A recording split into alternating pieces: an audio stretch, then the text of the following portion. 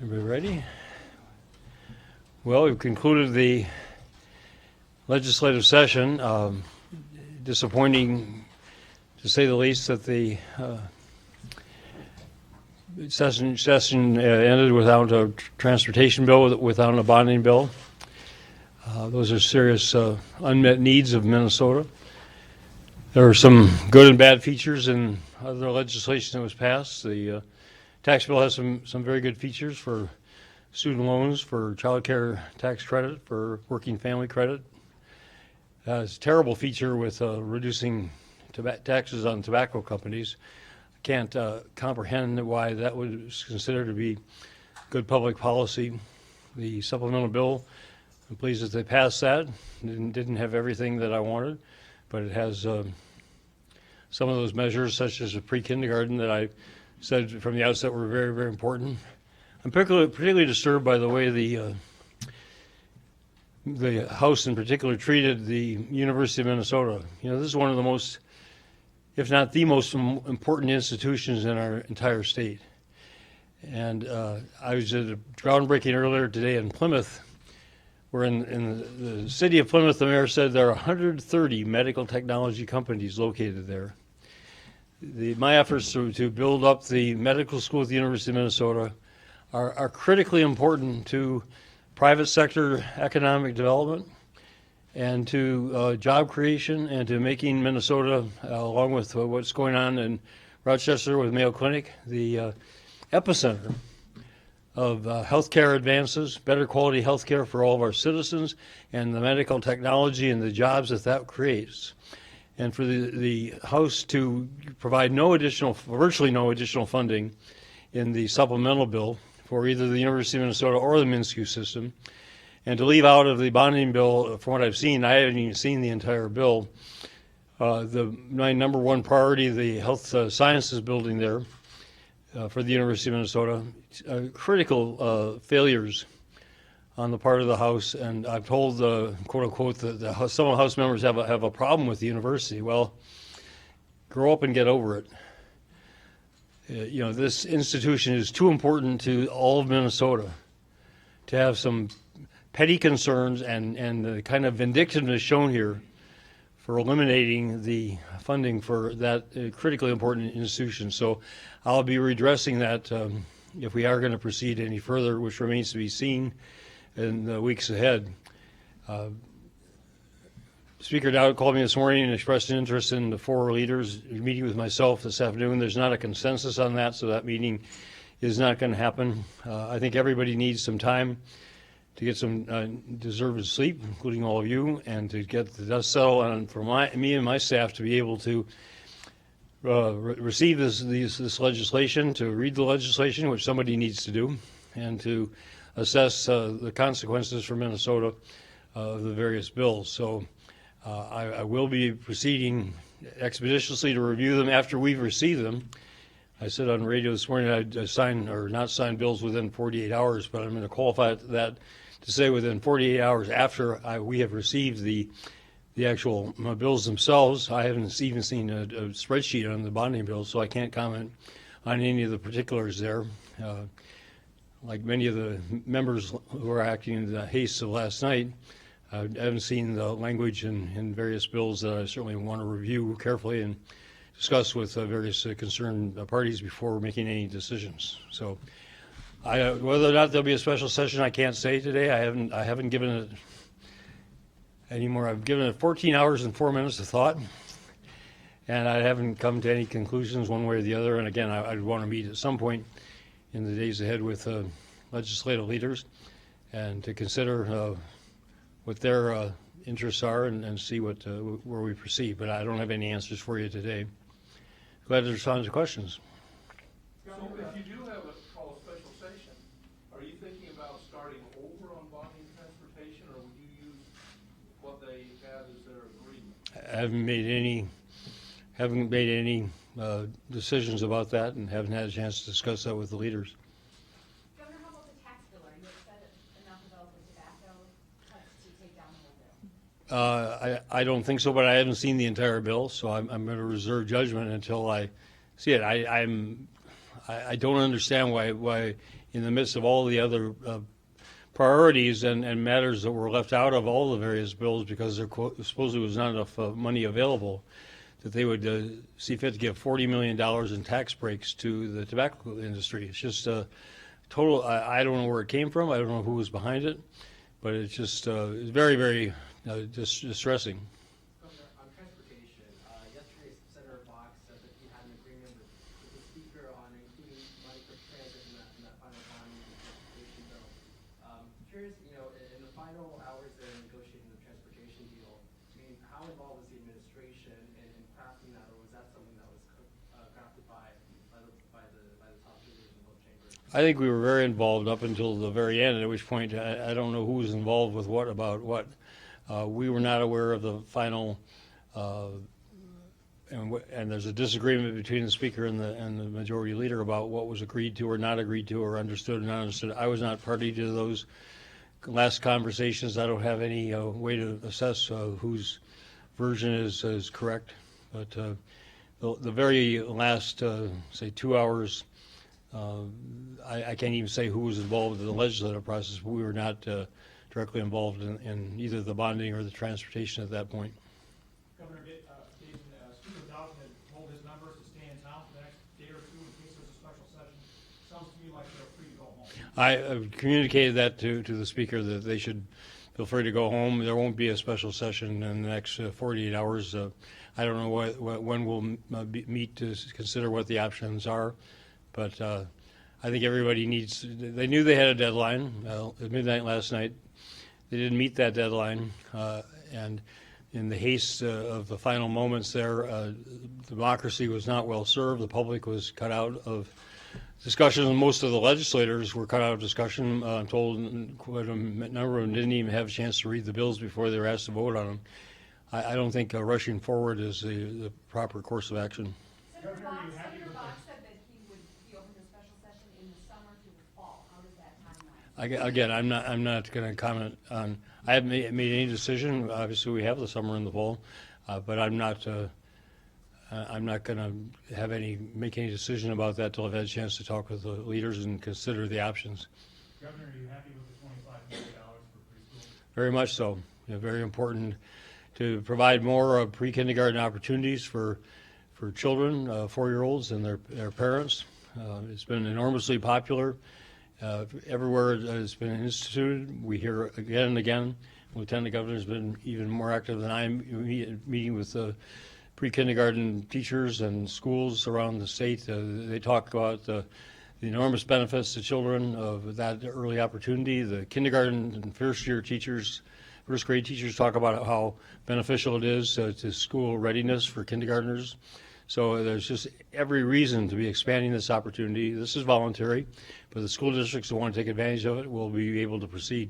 Representative Murphy was not very happy with that licensed teachers are not required for pre-K. Do you have any problem with that? I definitely think that it should have been licensed teachers. That's the way the school system works, but it is what it is.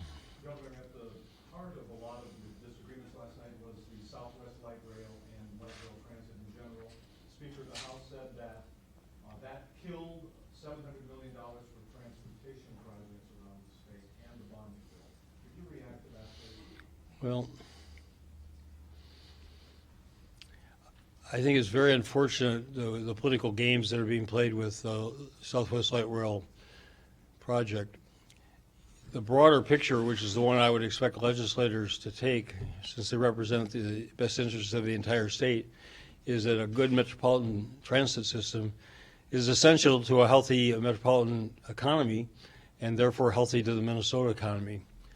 And I've asked Met Council previously, about 6 months ago, to say what are the options if we don't have a Southwest Light Rail line, and there aren't any. There's not a rapid bus transit route that goes from Eden Prairie to downtown Minneapolis, even if you use the shoulders on some of the existing highways. So what the denial of that project and denial of funding, therefore, for all of metropolitan transit is to force more and more people onto the highways, create more and more congestion, leave the 750,000 additional people who will be living in this area in the next 25 years with no alternative but to crowd in onto the highways. And anybody who thinks that that's a benefit to anywhere in the state of Minnesota is just not in touch with reality. So I'm very, very disappointed. I'm very disappointed that again, the Southwest Light Rail Line has been made the campaign slogan for those who oppose public transit for the metropolitan area, because it's one of these issues that's just too important for people to be playing narrow-minded political games with. Governor, you've said several times that you insist on ongoing transportation funding. The bill last night would be 1 year. Can you live with a 1-year transportation package if it comes down to that? Probably not. I mean, I have to see, what, I've said that consistently. I believe that anything short of that is a failure. And I don't think anybody should be able to pretend to their constituents or anybody else that this, even that kind of stopgap measure was anything other than a failure of the legislature to provide for the additional new revenues necessary to fund $600 million a year for 10 years. Now, having said that, would I reject something acknowledging that failure to do something rather than nothing over the next year? I'm not going to rule that out, but I'm very, very disappointed that both the lack of a long-term funding solution for transportation and the failure to provide for metropolitan transit, and I think those are both significant failures regardless of what happens hereafter for the rest of this year. Governor, I know you're undecided on a special session, but can you imagine a scenario under which you go a whole year without there being a bonding bill or any new money for transit? Well, it would be a serious setback for the economic vitality of the state, and that's what I'll have to weigh in the balance. I mean, the bonding bill is our projects all over the state of Minnesota that are vitally needed, that put people to work building them, and to put that off for another year just delays our future economic growth. And so, again, I have to weigh in balance, but I think it'd definitely be in Minnesota's better interest to have a good bonding bill approved in the near future, and that's what I will certainly, that's the position I'll take with the legislative leaders, if they're willing to make, they couldn't agree between themselves last night on what should be in or not in the bonding bill. So we're starting at a point of impasse, and I don't know, what the willingness is on anybody's part to go beyond that. They weren't willing to compromise up until through the final hours last night. I don't know what's going to change that equation, but hopefully they'll hear from Minnesota. So hopefully they'll hear when the spreadsheet and the bill for the bonding finally comes out, and the $995 million of projects that are specified, and then I hope people in those communities affected by those projects will make it clear that that's unacceptable. And I hope the other $3 billion worth of projects that were left on the table will also express their extreme displeasure that this is not a bill that is sufficient to meet Minnesota's needs. Thank you. What should voters' takeaway be, Minnesota's takeaway on divided government in Minnesota, something you've been thinking about for the last couple of years? Well, I don't think it didn't produce what Minnesota needs. It didn't produce the transportation bill that's going to be necessary to allow the state's economy to grow and our social environment to thrive over the next decade. And the lack of metropolitan transit is in the same way. Just going to choke off the economic and social vitality of the metropolitan area. So we've said for 2 years now this is vitally important in the future of Minnesota. Everybody agreed what was necessary, $600 million a year in new revenue each year for the next decade. The House leaders agreed to that. The Senate leaders agreed to that. I agreed to that. Everybody agreed to it. So we knew what the marker was, what was necessary, and they fell short. In fact, after the Duluth convention, they backtracked, the House Republicans, and said they wouldn't allow even a tab fee increase. So we're back to nothing but general fund money one time. That's a totally inadequate response. It's a failure. Governor, at what point did you, watching the transportation negotiations, at what point did you recognize that a long-term deal wasn't going to happen? Well, I mean, frankly, I didn't rule that out until, I don't know, about 11:30 last night. I mean, they were still, discussing what their alternatives were. So I never, I didn't, it didn't seem like it was coming together. But, as Yogi Berra said, it ain't over till it's over. And the Minnesota legislature, even then, it isn't over. So, you just have to wait and see how it plays out. But Well, Senator, how about how it played out? Do you think the legislative process needs to be reformed through changes in rules or legislation? I think it's too early, and from the conclusion, I mean, I think the shortcomings of what happened, the process last night are apparent to certainly to me and others. I don't think this is a time to kind of cast or try to come up with proposals for how it should be improved. Governor, with 2 years now floating the idea of a special session, rather than you requesting one as you did twice last year, are you in a stronger negotiating position here when it comes to your priorities and what you would like to perhaps see in the special session if one happens? Well, they're Minnesota's priorities. They're and I'm not, if we do have a special session, one of the real challenges will be everybody's going to jump in with what they want that they didn't get during the regular session. So we're going to have to, and coming to any kind of agreement about how to limit the agenda for that special session. And I'm getting ahead of myself here, but if we were to do it, is going to be a part of the challenge. So, but I'm going to focus on what Minnesota needs. It's not what I need. It's what Minnesota needs. And when you shortchange the University of Minnesota, you shortchange the economic and social vitality of the future of Minnesota all over the state. I mean, to let issues that they brought into this,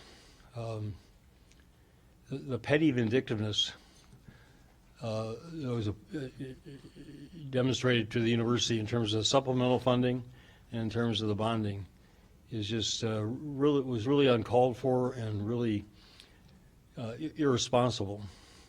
So someone really eliminating the sales tax exemption for the Minnesota High School League because of their position they took on transgender bathrooms, costing the league $800,000. That money was going into a scholarship fund for low-income families and students to be able to participate in high school sports. So they're going to penalize all these kids out there who can't play sports because they're unhappy with a position, a very carefully considered position that the high school league took. The high school league is independent of me. It's independent of the legislature, as it should be. I make a couple of appointments, but basically they manage their own affairs. And for the legislature to say, well, we don't like a decision that you made thoughtfully, carefully, and so we're gonna shaft kids is just, again, beyond the bounds of responsible governance. Governor, What about Real ID? I'm sorry. Go ahead. the police body cam bill didn't come out very balanced, came out in favor of police. What do you think you're doing with it? What do you say to people who really would like to see it not be that way? Well, again, I have not made any decision. I did intervene in the final 48 hours and say that I would not support or sign a bill that had the and I want to be clear about my position on this. It was not the issue that the law enforcement could not review the video before they filed their reports. It was that they had the only right or ability to do so. The purpose of body cam, one of the principal ones, is to establish public confidence in these decisions that are made in the spur of the moment, but that need the body of public evidence to be available to the public. I believe anybody who's paid for by the citizens of Minnesota and who's wearing a body cam provided by the citizens of Minnesota, that everything that they do is everything I do is on the public record. And body cams mean that that public record should be available to everybody at the same time. And so my issue was not that I oppose law enforcement being able to review the video before they file their reports. That wasn't the issue for me. It was that they were given the exclusive right to do that, and meanwhile it could be withheld from everyone else. And you can debate that point back and forth, but the effect of it would be to destroy the public confidence in body cameras, which is the very purpose of the body cameras to begin with. So that was my concern about that particular measure. I appreciate that the legislature took it out. I know there are people who object to other parts of the bill, but there are also a lot of law enforcement throughout Minnesota who support it because they want some guidance. Otherwise, and you know, if the absence of this legislation doesn't preclude any local government from making its own decisions on these matters. In fact, it would require them to do so because there wouldn't be any guidance in state statute. So there are a lot of benefits to local law enforcement about establishing these guidelines and procedures in the statute. But there are also some serious defects as well, and I haven't had a chance to assess or weigh it all in the balance. Doesn't the State Data Practices Act, though, apply currently, ever since the body cams have been out there? I mean, or are local police going to be making their own rules? Well, it's my understanding that in the absence of legislation, I can't say they can't violate existing data privacy statutes, but they basically don't have the framework for which they individual local decisions on the matters, including whether or not their officers can be able to review the video before they file their reports. Real ID didn't happen. Fortunately, the federal government has postponed its point of sanctions into 2018, so there's a perfectly good chance next session for the legislature to reconsider this and try to find a conclusion. And I think no bill this year is better than a bad bill, so I think that's one that should be carried forward to next year. We'll have to be. With the presidential election coming up in less than half a year, how does this all play out for the state of Minnesota? I say a year is a millennium in politics, so we're half a millennia away from the next election. I can't foresee that. If I had that kind of crystal ball, life would be so much easier. Talking about elections, as you travel the 87 counties this year, In 86 days. in 86 days, you will be counting. I will be too. Are you going to be using that to beat up on, let's say, Republicans, so you can get a better, what you would perceive as a better VFL legislature? And how does that play into your decision to call a special session? In other words, would it be better for you to beat up on Republicans for those 86 days and get a better deal next year? Well, the first one is my responsibility, as the legislature's responsibility, is to serve the people of Minnesota as best we can under the circumstances that the voters prescribed to us in November of 2014. So, as far as I'm concerned, as long as there's still the legislature and I'm governor, we have a responsibility to put the best interests of the state of Minnesota ahead of politics. And that's what I will do in terms of a special session, in terms of making that decision, in terms of whatever else. I'm going around 87 counties in 86 days because I love doing it in 2010. It put me back in touch with Minnesota in a way that I haven't been able to be over the last year or two. So I'm doing it, and I'm going to highlight issues that are outstanding, that are important, like water quality in the areas where that's a relevant issue. But I'm not going, and I'll separate very clearly, and I'm sure you all will be watching me, as you have a right to, separate out the travel that I'll do and the meetings I'll be having. That'll be state business with political events that I'll fit in early morning or evening, and we'll clearly differentiate that in terms of the expenses and the like. I expect to be driving most, if not all, of these ventures, so put me back in touch firsthand with the quality of Minnesota's highway system, which the insights they get from traveling around the state like that, meeting with people, but just seeing the real world out there are invaluable. And so I'm looking forward to it, but it's first and foremost my reconnecting with Minnesota in a direct way and highlighting the issues that I want to bring to the 2017 session, such as improved water quality. And, again, I know everybody will be scrutinizing what I do, and I expect that, so it'll be straightforward. Governor, on Real ID, it sounds like one of the hang-ups was the undocumented immigrant issue and them getting driver's licenses and the language in this bill allowing that to happen eventually. Is that your understanding of what held this up? Yes. And where do you stand on that issue? Well, I've said before, with some reluctance, and my position has evolved, but I believe the people in Minnesota who are residents here need to follow the law. So I don't countenance people who don't have licenses and are driving in Minnesota. I don't. That's not acceptable. I've heard from enough law enforcement people who believe that the public safety would be better protected by enabling people who are out driving without a license to be able to go through the testing procedures and have a license so that they are better qualified to be on the road.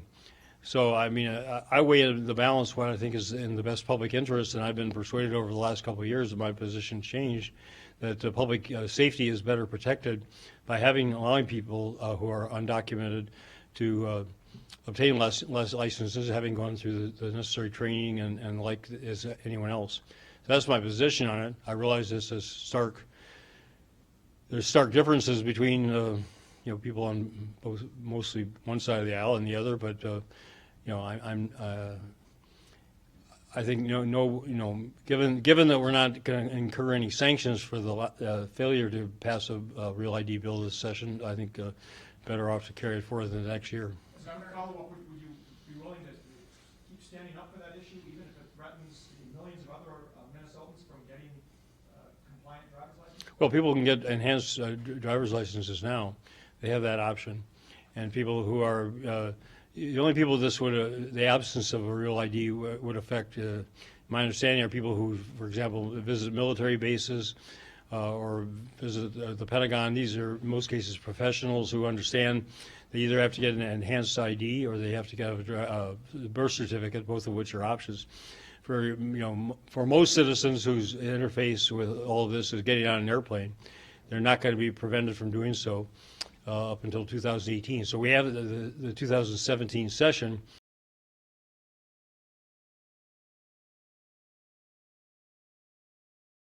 To get in compliance with the federal government. Governor, if the bonding bill doesn't get resurrected, what do you think will be from your opinion, the biggest loss to the state from those projects that could have been passed and won't be funded? Well, I can give you 995 reasons. I haven't seen the spreadsheet, but however many projects that aren't going to go forward, it's just a travesty. I mean, the water quality that I proposed for which there was bipartisan support, which is essential to helping the small communities who can't afford water treatment projects make their water safe for their citizens. Again, the bill is seriously deficient from what I've heard leading up to the final version in the House on higher education, MNSCU, and the university. But again, you get a situation where something's better than nothing. They put a lot of transportation projects in as a way of funding those. It's not an acceptable substitute for the lack of a transportation bill. But again, anything that moves something forward in Minnesota that puts people back to work, or puts people to work, because we're pretty well building trades, but they're always looking for work. So whatever we're doing that makes investments that are going to better the state, those projects don't happen. It's everybody's loss. Governor, looks like lawmakers did have some time to work on a bill for the soccer stadium. Your reaction to where they are with that? Well, the tax bill, it provides for the property tax exemption. It does not provide for the tax elimination of the sales tax on construction materials, but they can apply for a refund under existing law.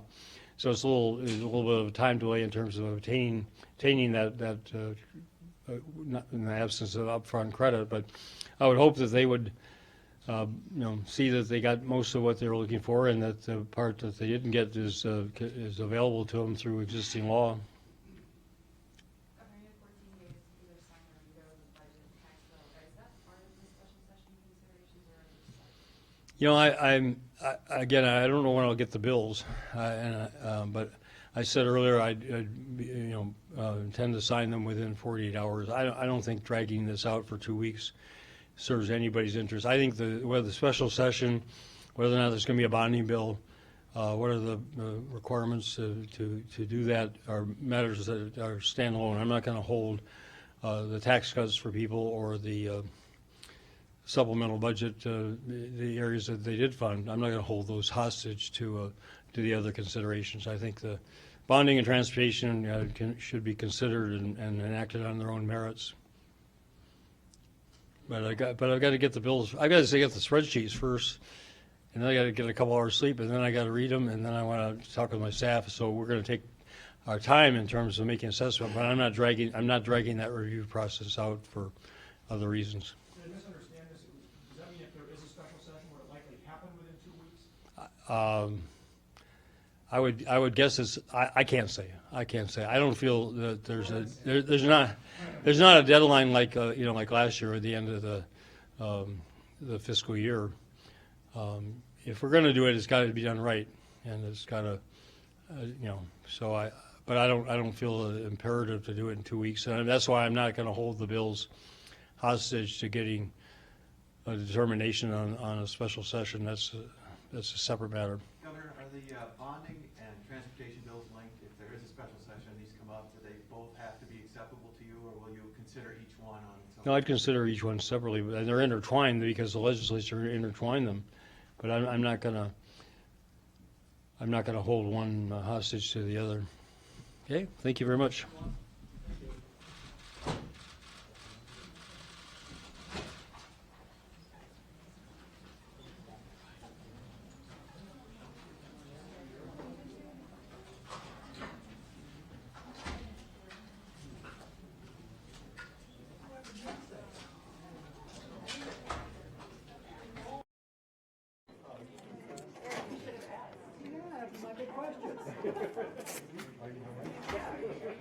Hello, folks. It's Mike McEntee with the Uptake. Thanks for watching with us today. We will be replaying this very soon on the Uptake. If you missed any of it, you can just use our DVR function on. You can just use the DVR function on the YouTube player and back it up and watch everything. You can actually do that right now if you're watching us live. So thanks for watching. Remember, if you like this type of coverage, if you like having transparency in government, support the Uptake at theuptake.org. Just go over to our donate button and hit that. Again, thanks for watching today.